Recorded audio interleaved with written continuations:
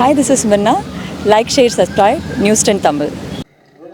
நன்றி சார். அடுத்ததாக நாம் பேச அழைக்கிறோம்.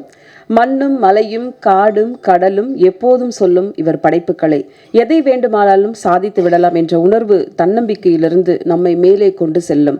அப்படி தனக்கு ஏற்பட்ட அத்தனை தடைகளையும் சினிமாவில் உடைத்து சிகரம் தொட்டவர்.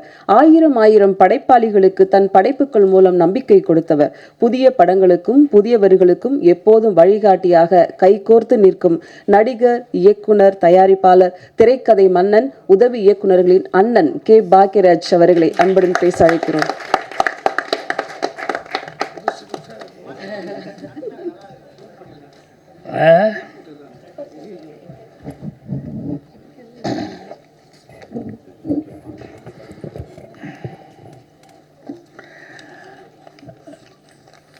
ஜென்னி ஃபார் ஜஸ்டிஸ் திரைப்படத்தின் ஆஹா இப்படி இருக்கலாம்னு நினைக்கிறேன். அவங்க யார் போராடுறது? லாயருக்கு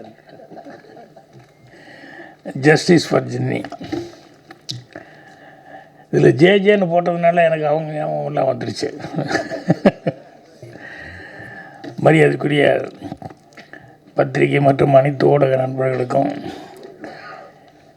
என்னுடைய பணிவான வணக்கம் தெரிவிச்சுக்கிறேன். அதே மாதிரி முன்னால் உட்காந்துருக்க வாழ்த்து வந்திருக்கும் அனைத்து நண்பர்களுக்கும் என்னுடைய வணக்கத்தை தெரிவிச்சுக்கிறேன்.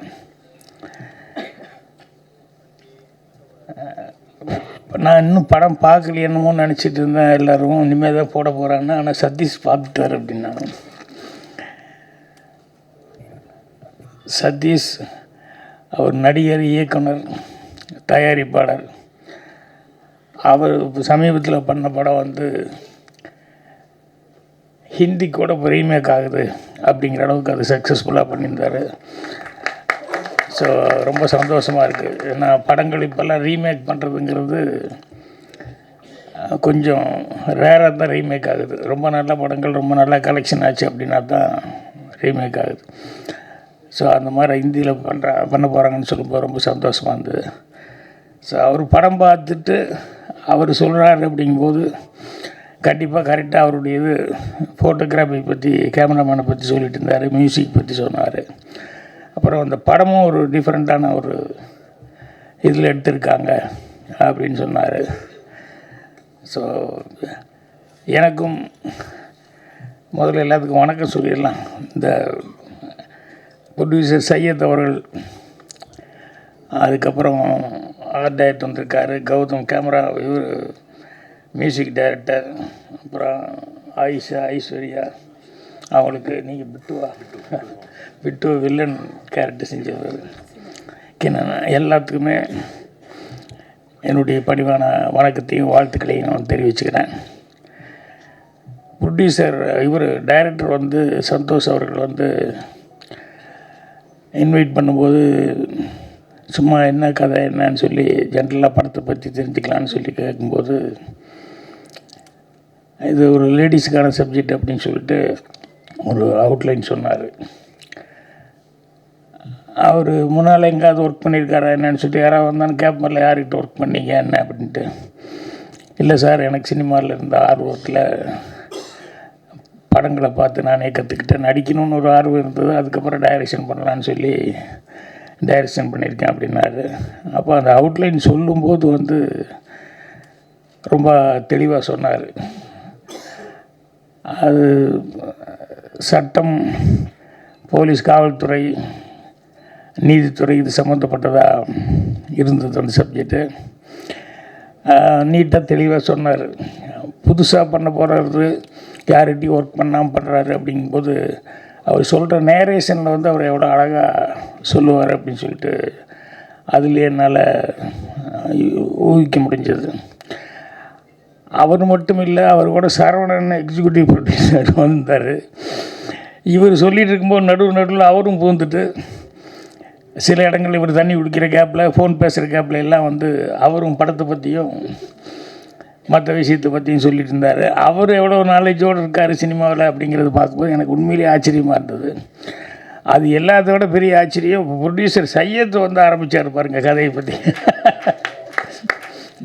ஸோ வெறும் பணம் போட்டு படம் பண்ணுற தயாரிப்பாளராக மட்டும் இல்லாமல் அவரும் இந்த கதை என்ன ஏது அப்படிங்கிறதெல்லாம் கேட்டு தெளிவாக வந்து இதை பண்ணியிருக்காரு அப்படின்னு சொல்லும்போது அதை தான் கேமராமேன் வந்து யாரோ பேசும்போது சொல்லிட்டாங்க, எல்லாருமே கதையை பற்றி பேசிட்டாங்க, இனிமேல் நான் அதை பற்றி என்ன சொல்கிறது அப்படின்னு சொல்லிட்டு அவரோட தொழில் ரீதியாக சில விஷயங்கள் சொன்னார். டே எஃபெக்ட்டுக்கு என்ன கேமரா யூஸ் பண்ண, எது வச்சு ஷூட் பண்ண, நைட் எஃபெக்ட்டுக்கு அதுக்கு காரணங்கள் அது இதெல்லாம் சொன்னார். ஸோ சதீஷ் அவர்கள் பர்டிகுலராக வந்து கேமராமேனை வந்து அப்ரிஷியேட் பண்ணியிருக்காருங்கும்போது எனக்கும் படம் பார்க்கணும் அப்படிங்கிற மாதிரி ரொம்ப ஆர்வமாக இருந்தது. இது க்ரைம் சம்மந்தப்பட்டது அப்படின்னு சொல்லும்போது எனக்கு ரொம்ப பிடித்தது. நான் அதிகமாக படம் பண்ண முடியல. நான் வந்து விடிமுறை காத்திரு பண்ணேன், அப்புறம் ஒரு கைதியின் டைரி, இதுதான் ஸ்கிரிப்ட் பண்ணேன். பாக்கி பூராமே ஃபேமிலி ஓரியன்டாக பண்ணேன். ஆனால் எனக்கு உண்மையிலே பிடித்தமானது அப்படிங்கிறது வந்து க்ரைமு. நான் சினிமா பார்க்குறதோட க்ரைமு, ஆக்ஷன் இது மாதிரி இருக்கிற படங்கள் தான் நான் நிறைய பார்ப்பேன். அதை ரொம்ப லைக் பண்ணுவேன். ஏன்னா அது செய்கிறதும் கஷ்டம். இவர் முதல் படமே வந்து சந்தோஷ் வந்து எப்படி ஸ்கிரிப்ட் பண்ணியிருக்காருன்னு நினைக்கும் போது எனக்கு ஆச்சரியமாக இருக்குது. ஏன்னா அது க்ரைமுக்கு அப்படிங்கும்போது அதுக்கு கொஞ்சம் தனிப்பட்ட ஒரு இதெல்லாம் வேணும். அதை ஸ்கிரிப்ட் பண்ணுறது, சீன் பண்ணுறது அதெல்லாம். ஸோ அவர் ரொம்ப தைரியமாக வந்து இது பண்ணியிருக்காரு. ஏன்னா எனக்கு வந்து ரொம்ப வருஷம் முன்னாடி சினிமாவுக்கு வந்த புதுசில் நான் பார்க்கல. ஆனால் எங்கூட அசிஸ்டண்ட்டு இதில் குழுவில் வந்து ஸ்டோரி டிஸ்கஷன் எல்லாம் உட்காந்துருப்பாங்க. கலைஞான சார், கனகசன் அவங்கெல்லாம் ரொம்ப சீனியர்ஸு. அம்மாரா இவங்கெல்லாம் உட்காந்துருக்கும்போது ஏதாவது அவங்க சர்வீஸுக்கு சில படங்கள்லாம் சொல்லுவாங்க. அதில் கனகசண்முகம் சார் ஒரு க்ரைம் சப்ஜெக்ட் சொன்னார். எனக்கு ரொம்ப பிடிச்சது. அது இன்னும் மனசில் அப்படியே பதிவாயிருக்கு. என்னென்னா 2 பேர் அக்கா தங்கச்சிங்க. அதில் ஒருத்தி வந்து நல்ல ரிச்சு, நல்ல பணக்காரி ஆகிட்டா. இன்னொரு தங்கச்சி வந்து கொஞ்சம் சுமாராக தான் அவளுடைய சூழ்நிலையில். அவன் எங்கேயோ தனியாக இருக்கிறா, ஐயோ அக்கா ஒரு இடத்துல இருக்கிறா. ஆனால் அக்கா வந்து எவ்வளோ பணம் இருந்தாலும், எவ்வளோ வசதி வந்தால் கூட தங்கச்சியை வந்து எல்லா ஃபங்க்ஷனுக்கும் கூப்பிட்டு அவங்களுக்கு என்ன செய்யணுமோ, என்ன ஹெல்ப் பண்ணணுமோ எல்லாமே பண்ணி தங்கச்சியை நல்லா கவனிச்சிட்டாங்க. இருந்தாலும் மனிதனுக்கு ஒரு பெரிய ஒரு வீக்கான ஒரு சமாச்சாரங்கிறது பேராசை. இப்போ அக்கா என்ன செஞ்சாலும் அந்த தங்கச்சிக்கு வந்து அவள் இடத்துல நம்ம இல்லையே, நம்ம அந்த பணக்காரி போய் நம்ம இல்லையே அப்படிங்கிறது வந்து அவளுக்கு எப்பவுமே என்ன ஹெல்ப் பண்ணால் கூட அது ஒரு சின்ன அவளுக்குள்ள ஒரு இதாக இருந்துகிட்டு இருந்தது. இந்த இடத்துல நம்ம இருந்து அவ்வளோ நல்லா இருக்குன்னு. அதில் என்னென்னா 2 பேரும் ட்வின்ஸாக இருக்கிறதுனால அச்சசப்பில் 2 பேரும் ஒரே மாதிரி இருப்பாங்க. பேச்சு எல்லாமே ஒரே மாதிரி இருக்கும். வீட்டில் இருக்கிறவங்க ரிலேஷனே சில நேரங்களில் தடுமாறுவாங்க. இது யார் அக்கா யார் தங்கச்சின்னு கூப்பிட்றதுல வந்து ஒரு கன்ஃபியூஷன் அவங்களுக்குள்ள. அந்த அளவுக்கு அவங்க 2 பேரும் ஒரே மாதிரி ஒரு ஒற்றுமை இருக்குது. அப்போ அவளுக்கு ஒரு தப்பான ஒரு எண்ணம் வருது. அக்கா இல்லைன்னா நம்ம அந்த இடத்துல இருந்தோம்னா யார் நம்மளை கண்டுபிடிக்க முடியும் அப்படின்னு சொல்லிட்டு இவ வந்து அக்காவை ஏதாவது பண்ணிவிட்டு நம்ம அந்த இடத்துல வந்து உட்காந்துடுறோம்னு சொல்லிட்டு அந்த செக்கில் கையெழுத்து போடுறது முதல் கொண்டு எல்லாமே வந்து அவள் ப்ராக்டிஸில் வந்து எல்லாம் இருந்துட்டு எல்லாமே பக்காவாக இருக்குது, யாருனாலையும் கண்டுபிடிக்க முடியாதுங்கிற அளவுக்கு.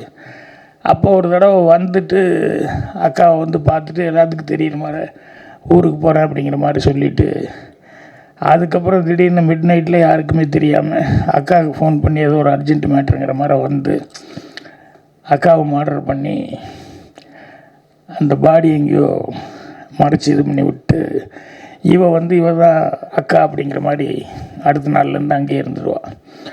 ஸோ யாருக்கும் எந்த சந்தேகம் வரல. அந்த அளவுக்கு வந்து அவள் பக்காவாக வந்து அக்கா மாதிரியே எல்லாமே ப்ரிட்டன் பண்ணிகிட்ருப்பாங்க. அந்த மாதிரி எல்லாமே செக்கு கையெழுத்து போடுறது அது இது எல்லாத்துலேயும் பர்ஃபெக்டாக இருந்ததுனால யாருக்குமே எந்த சந்தேகம் வராது. அப்போ திடீர்னு ஒரு போலீஸ் ஆஃபீஸர் வருவார். வந்து அவர் வந்து அந்த பொண்ணுக்கிட்ட வந்து கேட்பார், இந்த மாதிரி உன் அக்கா எங்கே அப்படின்னு. இல்லை நான் தான் அக்கா அப்படின்னு இவ சொல்லுவாள். இல்லை அக்கா எங்கேன்னு சொல்லு அப்படின்னு சொல்லி கேட்டால் இல்லை நான் தான் அக்கா, உனக்கு என்ன சந்தேகம், எதில் சந்தேகம் அப்படின்னா அப்போ ஒன்றும் இல்லை, ஒரு விஷயம் என்னென்னா உங்கள் அக்கா வந்து ஒருத்தரை கொலை பண்ணிட்டா, அதுக்கு எல்லா எவிடன்ஸ் இருக்குது, அதனால் அக்காவை தான் தேடிட்டு வந்தேன் நான்.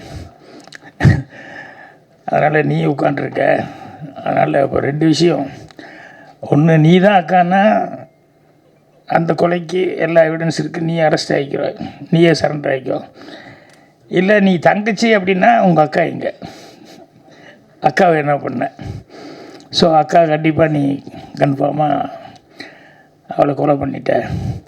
ஸோ அதனால் நான் வெளியே வெயிட் பண்ணுறேன். ஒன்று அக்காவன்னா அக்காவை பண்ண கொலைக்காக வந்து சரண்டர் ஆகிக்கோ, இல்லை தங்கச்சின்னா அக்காவை கொலை பண்ணதுக்காக வந்து சரண்டர் ஆகிக்கோ. நான் வெளியே உனக்கு டைம் கொடுக்குறேன், ஒரு 1/2 hour யோசிச்சுட்டு வா அப்படின்னு சொல்லிச்சேன். ஸோ இந்த கதை வந்து 50-60 வருஷத்துக்கு முன்னால் நான் கேட்டது. ஸோ அப்போவே எந்த அளவுக்கு அவங்க புத்திசாலித்தனமாக திங்க் பண்ணி இப்படி ஒரு ஸ்கிரிப்ட் பண்ணியிருக்காங்க அப்படின்னு சொல்லும்போது, அந்த க்ரைமுங்கிறது எவ்வளோ வித்தியாசமான க்ரைமு, எப்படி கதையை வந்து இப்படி திங்க் பண்ணியிருக்காங்க அப்படின்னு சொல்லும்போது ரொம்ப ஆச்சரியமாக இருக்கும். அதே மாதிரி இதில் சட்டம், லாயர், அது இதுன்னு சொல்லிட்டு அதெல்லாம் நிறையா வருது. எனக்கு சின்ன வயசுலலாம் வந்து இந்த அந்த கோர்ட்டுக்கிட்டலாம் போட்டு அந்த இதெல்லாம் கட்டிக்கிட்டு யுவர் ஆனர் அப்படின்னு சொல்லிட்டு லாயர்கள்லாம் பேசும்போது பார்த்தா எனக்கு ரொம்ப அது ஒரு பெரிய ஹீரோ மாதிரி எனக்கு ஒரு ஃபீலிங். அதனால் நம்ம லாயருக்கு தான் படிக்கணும் அப்படின்னு சொல்லிட்டு சின்ன வயசில் ஆசைப்பட்டேன். அப்புறம் பார்த்தா சூழல்கள் அது படிக்க முடியல. அப்புறம் கடைசியில் எதுவுமே டிகிரிக்கே படிக்க முடியல போச்சு, அது வேறு. பிஎஸ்சியே ஃபெயில் ஆகி வந்துட்டோம்.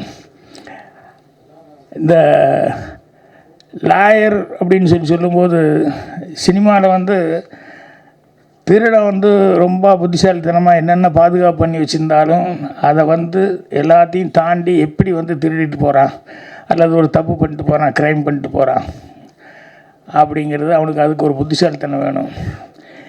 இது எல்லாம் தாண்டி போலீஸ்னு ஒரு டிபார்ட்மெண்ட் வருது, வந்து அவங்க உள்ளே வந்து இது எப்படி இந்த எவன் இப்படி திருடிட்டு போயிருப்பான், எந்த வழியாக வந்திருப்பான், எந்த வழியாக அப்படி பண்ணியிருப்பான், அதுக்கு என்ன எவிடன்ஸ் இருக்குது அப்படின்னு சொல்லிட்டு அவன் வந்து மண்டையை உடைச்சி கடைசியில் கரெக்டாக கண்டுபிடிச்சி போலீஸ் வந்து அவனை அரெஸ்ட் பண்ணுவாங்க. அதுக்கு ஒரு பெரிய மூளை வேணும். இதை ரெண்டையும் தாண்டி அதுக்கப்புறம் வந்து இந்த திருடன் மூளையே கெட்டிக்காரத்தனம், அது கண்டுபிடிக்கிறது போலீஸ்காரர் அதோட கெட்டிக்காரத்தனம். கடைசியில் அதுக்கப்புறம் லாயர்கிட்ட போவாங்க. அவர் இந்த கேஸை வாங்கிட்டு அவர் கேட்பார், என்ன பண்ண ஏது பண்ண அப்படின்னு சொல்லிட்டு. இவன் இப்படி தான் தப்பு பண்ணிட்டான், அது பண்ணிட்டான் அப்படின்னு சொல்லும்போது இவன் திருநதில் எப்படி இவன் பிடிச்சதை எதை வச்சு பிடிச்சான் அப்படின்னு சொல்லிட்டு இதை உடைக்கிறதுக்காக லாயர் அவரும் இப்படி மூளையை பிரயோகப்படுத்துவார். அது இதை விட கிரேட்டு. இருக்கிறது இல்லைன்னு பண்ணிடுவார், இல்லைங்கிறது இருக்கிறதுன்னு சொல்லி பண்ணிடுவார். ஸோ அந்த லாயர் மூளைங்கிறது இது 2 விட வித்தியாசமான ஒரு பிரெயின். ஒரு கேஸ் வந்து ஒருத்தன் பட்ட பகலில் வந்து வெட்டியிருக்கான், எல்லோரும் பார்த்துருக்காங்க, எல்லா எவிடன்ஸும் கரெக்டாக இருக்குது. கடைசியில் வந்து யாருனாலையும் ஒன்றும் பண்ண முடியாது, அவனுக்கு ஜட்ஜ்மெண்ட் வரப்போகுது அப்படின்னு சொல்லும்போது அப்போ அவன் வந்து யாரோ ஒருத்தர் வந்து இந்த லாயர் இப்படி அவர் எப்படியா வெளியே கொண்டு வந்துடுவார் அப்படின்னு. அப்போ அவங்க கூட இருக்கவங்களுக்கு யாருக்குமே நம்பிக்கை இல்லை, இந்த லாயர் எப்படி வெளியே கொண்டு வர முடியும், எல்லோரும் விட்னஸோடு பார்த்துட்டாங்க, பகல்லையே நடந்தது, இதுக்கு சான்ஸே இல்லையா அப்படின்னா இல்லை அப்படின்னா அவர் கொஞ்சம் ஃபீஸ் அதிகமாக கேட்பார், ஆனால் கண்டிப்பாக வெளியே கொண்டுருவார் அப்படின்னு. அப்புறம் போனால் ஒரு 25 லட்சம் கொடுத்தீங்கன்னா கொண்டு வந்துடுறேன் நான் அப்படிங்கிற மாதிரி சொன்னால் யாருக்கும் நம்பிக்கை இல்லை கண்டிப்பாக கொண்டு வந்துடுறேன் அப்படின்னு சொல்லிவிட்டு அடுத்த நாள் வந்து கோர்ட்டை வந்து வாதாடும்போது அவர் வந்து என் ஆள் கொலை பண்ணான்னு சொல்லியிருக்காங்க. அதுக்கு வந்து ஒரு அறுவாடை கொண்டு வந்து வச்சுருக்காங்க. அதனால் ஒரு 1/2 hour டைம் எடுத்து அதுக்கப்புறம் நீங்கள் தீர்ப்பு சொல்லுங்கள் அப்படின்னு சொல்லி ஜட்ஜுக்கிட்ட அந்த அறுவாள் எடுத்துகிட்டு போய் கரெக்டாக வெட்டினாள் அவருடைய பிளட்டு தானே அப்படின்னு சொல்லி அந்த செக் பண்ணிட்டு வந்து சொல்லுங்கள் அப்படின்னா ஒரு 1 hour கழித்து வந்து அதில் இருந்த ரத்தம் மனுஷ ரத்தமே இல்லை, ஆடு வெட்டி அந்த ரத்தம் தான் அப்படின்னு சொல்லி ரிப்போர்ட்